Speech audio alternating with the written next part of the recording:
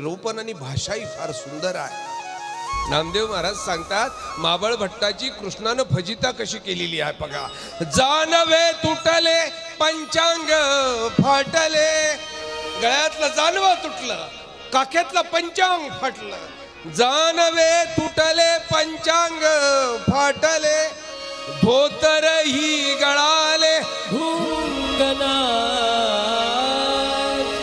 कमरेचं धोतरही गळालं आणि विवस्त्र अवस्थेतला महाबळ आता पळाला कंसाच्या दरबारात नंगा. वाचवा वाचवा म्हणून कृष्ण त्या कंसाच्या मागे आसनाच्या मागे जाऊन लपला. कंसानं पाहिलं कोण आले,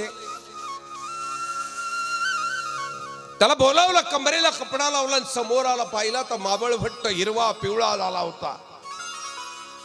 कंसानं विचारलं कोणी मारलं तुला एवढं? माबळानं सांगितलं महाराज आयुष्याची काही बाकी उरली होती, काहीतरी आयुष्याचं पुण्य होतं महाराज, म्हणून श्रीपती सोडी मज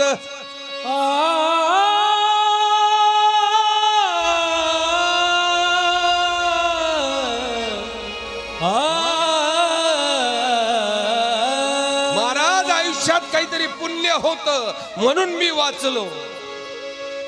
त्या पोराला बोलल्यावर त्या पोराला जाऊ द्या हो, त्या घरातल्या जडमुड वस्तूंना सुद्धा सहन होत नाही. नामा मने जीव घेऊन पळाला. नामदेव महाराज सांगतात माबळ भट्टाची हाल करून टाकले कृष्णनाथानं, हाल करून टाकले. इकडे मात्र कृष्णाची काय गंमत आहे, आता कन्हैया रांगायला लागला.